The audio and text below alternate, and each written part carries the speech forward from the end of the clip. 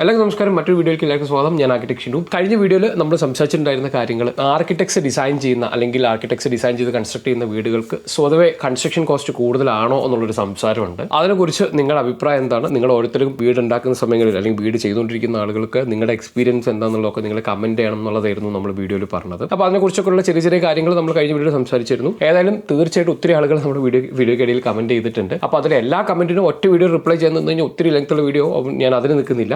എല്ലാവർക്കും റിപ്ലൈ തരും തീർച്ചയായിട്ടും. നമ്മൾ അതിനകത്ത് സെലക്ടഡ് ആയിട്ടുള്ള ഒരു 3 കമന്റ്സ് എടുത്തിട്ട്, കാരണം ഏകദേശം ക്ലബ് ചെയ്യാൻ പറ്റുന്ന ഒരു 3 വീഡിയോ എടുത്തിട്ട് അതിനുള്ള ഒരു കാര്യങ്ങൾ നമ്മൾ ഇന്നത്തെ ഒരു വീഡിയോയിൽ ചെയ്യാം. ബാക്കിയുള്ള കാര്യങ്ങളൊക്കെ നമുക്ക് അടുത്തടുത്ത വീഡിയോ ഡിസ്കസ് ചെയ്യാം എന്നാണ് വിചാരിക്കുന്നത്. അപ്പോൾ ഞാൻ architect Shinu, the home story എന്ന് പറഞ്ഞ സീരീസിലെ 5ാമത്തെ എപ്പിസോഡിലേക്ക് എല്ലാവർക്കും സ്വാഗതം.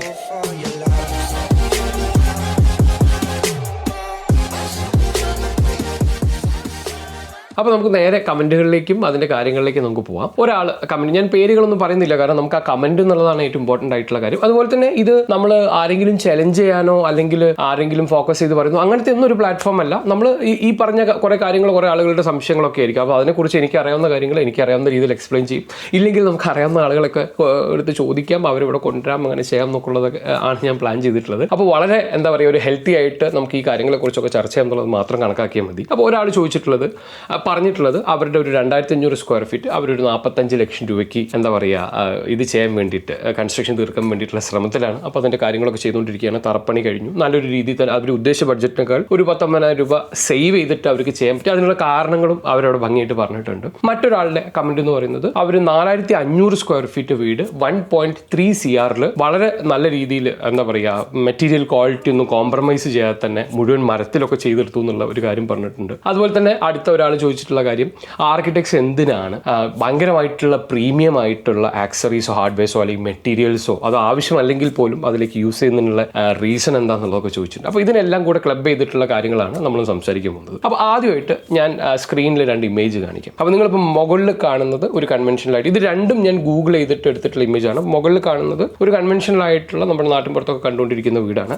താഴെ കാണുന്നത് കുറച്ചൊരു മോഡേൺ ഫോർമാറ്റിൽ, നിങ്ങൾക്ക് തന്നെ മനസ്സിലാവുന്നുണ്ടല്ലോ. ഇനി ഈ മോഡേൺ അല്ലെങ്കിൽ അടിപൊളി, പുതിയത്, കണ്ടംപററി, ഇതിനൊക്കെ ഭയങ്കര സബ്ജക്റ്റീവാണ്. ഇതൊക്കെ ഓരോ സ്റ്റൈൽ എന്ന് പറയുമെങ്കിലും ചിലപ്പോൾ ഞാൻ മനസ്സിലാക്കി വെച്ചിരിക്കുന്ന കണ്ടംപററി ആവില്ല നിങ്ങൾ മനസ്സിലാക്കി വെച്ച കണ്ടംപററി. അപ്പോൾ ഏതായാലും ഞാൻ എൻ്റെ പേഴ്സ്പെക്റ്റീവിലാണ് ഈ കാര്യങ്ങളെല്ലാം പറയുന്നത്. അപ്പോൾ എന്നോട് ചോദിച്ചു കഴിഞ്ഞാൽ മുകളിൽ കാണുന്ന ആ ഒരു വീട് എന്ന് പറയുന്നത് എനിക്ക് അത്ര ഇഷ്ടപ്പെടുന്ന രീതിയിലുള്ള ഒരു സാധനമല്ല. പക്ഷേ പല ആളുകൾക്കും ഇഷ്ടമുള്ള സാധനമായിരിക്കും. അത് ഞാൻ പറയുന്നത് ഭയങ്കര സബ്ജക്റ്റീവാണ്. എന്നെ സംബന്ധിച്ചിടത്തോളം ഈ താഴത്തുള്ള സ്ട്രക്ചർ എന്ന് പറയുന്നത് അല്ലെങ്കിൽ ആ ഒരു ഡിസൈൻ എന്ന് പറയുന്നത് എനിക്ക് ഒത്തിരി ഡിസൈനിൻ്റെ ഒത്തിരി എലമെന്റ്സ് ഒക്കെ ഉണ്ട് എന്നുള്ള ഒരു രീതിയിലാണ്. ഇത് രണ്ടും ഒരു 2000 സ്ക്വയർ ഫീറ്റിൻ്റെ വീടാണെന്ന് ചോദിക്കും. രണ്ടിൻ്റെയും പ്ലാൻ എന്ന് പറയുന്നത് 2000 സ്ക്വയർ ഫീറ്റ് പ്ലാനാണ്.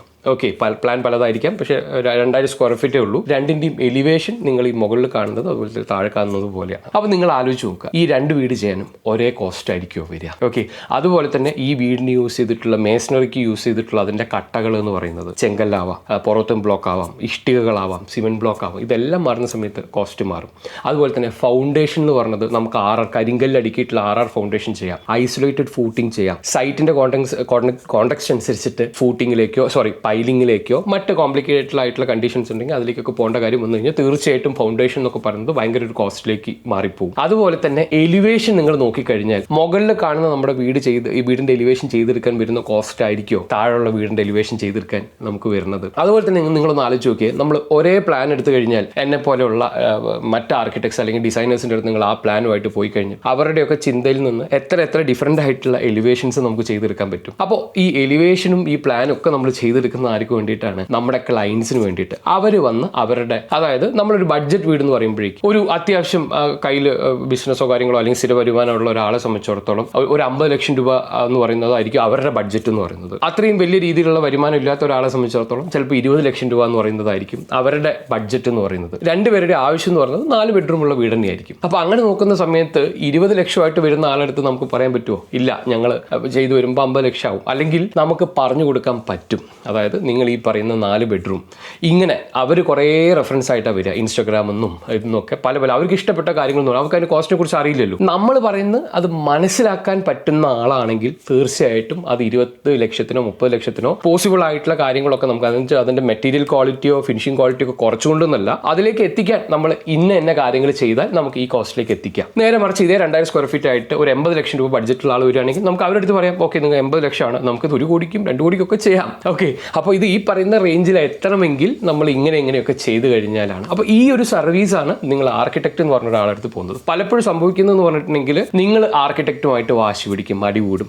നിങ്ങൾ അവിടെ ആ വീട് ഇത്ര ചെയ്തല്ലോ, അല്ലെങ്കിൽ ഞങ്ങൾ യൂട്യൂബിൽ ഇങ്ങനെയുള്ള വീടുകൾ കണ്ടല്ലോ, അതിന് ഇത്രേ കോസ്റ്റ് വന്നിട്ടുള്ളൂ, അപ്പോൾ നിങ്ങൾ കോസ്റ്റ് കൂടുതലാണ് പറയണത്, അല്ലെങ്കിൽ നിങ്ങൾക്ക് അതിനെപ്പറ്റി അറിയില്ല, അല്ലെങ്കിൽ നിങ്ങൾ ഇങ്ങനെ ചെയ്തു തരണം, അല്ലെങ്കിൽ എനിക്ക് ഇഷ്ടപ്പെട്ട എലിവേഷൻ ഇതാണ്, ഇത് എൻ്റെ ഡ്രീം ഹോമാണ്, അപ്പോൾ എൻ്റെ ഇഷ്ടപ്പെട്ട എലിവേഷൻ തന്നെ നിങ്ങൾ ചെയ്തു തരണം എന്ന് പറയുമ്പോൾ ആർക്കിടെക്ട് അത് ചെയ്തു തരും. അത് ചെയ്തു തന്ന് ചില ആളുകൾ ചെയ്യാൻ പറ്റില്ല എന്ന് പറയും.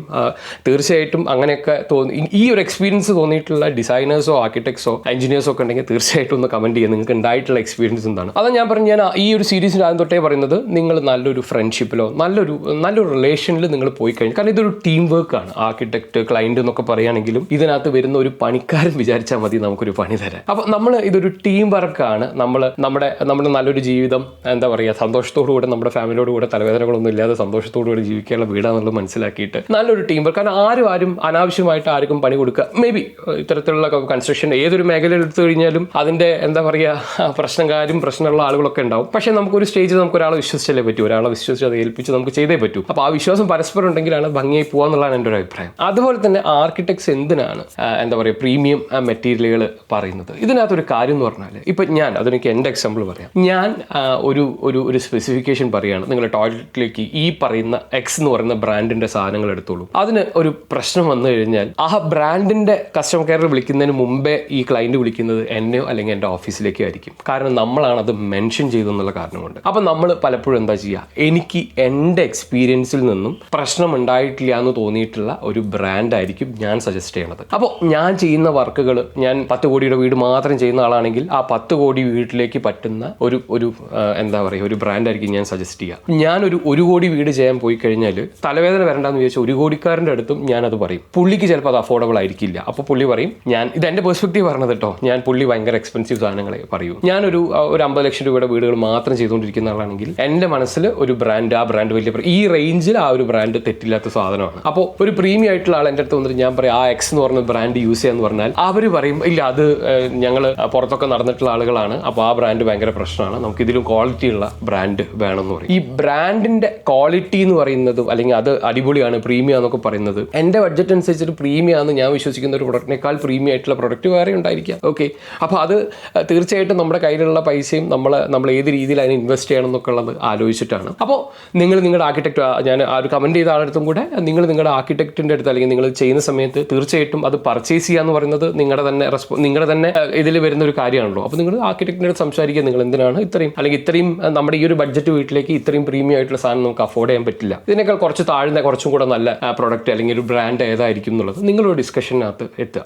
അപ്പോൾ നമ്മളൊരു സ്പെസിഫിക്കേഷൻ കൊടുക്കുക എന്ന് പറയുന്ന സമയത്ത് തീർച്ചയായിട്ടും നമ്മൾ യൂസ് ചെയ്തുകൊണ്ടിരിക്കുന്ന ബ്രാൻഡുകളിൽ നമുക്ക് തലവേദന തന്നിട്ടില്ല എന്ന് ഉറപ്പുവരുത്തുന്ന പ്രൊഡക്റ്റുകളായിരിക്കും. കാരണം ഇത് പറഞ്ഞു കൊടുത്ത് തലവേദന പിടിക്കാൻ ആർക്കും താല്പര്യം ഉണ്ടാവില്ലല്ലോ, അതായിരിക്കും കാരണം എന്നുള്ളതാണ് എനിക്ക് തോന്നുന്നത്. ഞാൻ എന്തായാലും ഈ വരുന്ന ദിവസങ്ങളിൽ എൻ്റെ ഫ്രണ്ട്സ് കുറച്ച് ആർക്കിടെക്ട്സിനൊക്കെ മീറ്റ് ചെയ്യുന്നുണ്ട്. അങ്ങനെ വരുന്ന സമയത്ത് നമുക്ക് അവരെടുത്ത് കൂടെ ഒന്ന് ഡിസ്കസ് ചെയ്തിട്ട് നമുക്ക് ഞാൻ ഈ ബ്രാൻഡുകൾ പറയാത്തതെന്ന് പറഞ്ഞാൽ അത് നമ്മളിപ്പോൾ ഒന്ന് നല്ലത് ഒന്ന് മോശം അങ്ങനെയൊന്നും നമുക്ക് പറയാൻ പറ്റില്ല. നമ്മുടെ ഇതിനനുസരിച്ചിട്ട് നമ്മളത് യൂസ് ചെയ്യുക എന്നുള്ളതാണ്. ഏതായാലും ഇന്നത്തെ ഈ ഒരു വീഡിയോ നിങ്ങൾക്ക് എന്താ പറയുക കാര്യങ്ങളെ ഒരു കിടപ്പോശം മനസ്സിലായി എന്നുള്ളത് ഞാൻ വിശ്വസിക്കുകയാണ്. ഇല്ല എന്നുണ്ടെങ്കിൽ ഡെഫിനറ്റ് ആയിട്ട് വീണ്ടും കമൻറ്റ് ചെയ്യാം. നമുക്ക് കുറച്ചും കൂടെ ഇതിനെ ഭംഗിയായിട്ട് മനസ്സിലാവുന്ന രീതിയിൽ ഒരു സാധനം ചെയ്തു തരാൻ യാതൊരു പ്രയാസവും ഇല്ല. കാരണം എന്തായാലും നമ്മളൊരു ദിവസം കുറച്ച് സമയം സ്പെൻഡ് ചെയ്തുകൊണ്ടാണ് ഇങ്ങനെ ഒരു സെഷൻ നടത്തിക്കൊണ്ടിരിക്കുന്നത്. അപ്പോൾ എന്തായാലും നിങ്ങൾക്ക് വീഡിയോ ഇഷ്ടപ്പെട്ടിട്ടുണ്ടെങ്കിൽ ലൈക്ക് ചെയ്യുക, നമ്മുടെ വീഡിയോ ആവശ്യമുള്ള ആളുകൾക്കൊക്കെ ഷെയർ ചെയ്ത് കൊടുക്കുക, സബ്സ്ക്രൈബ് ചെയ്യുക. അടുത്ത വീഡിയോയിൽ കാണുന്നവരേക്കും ബൈ.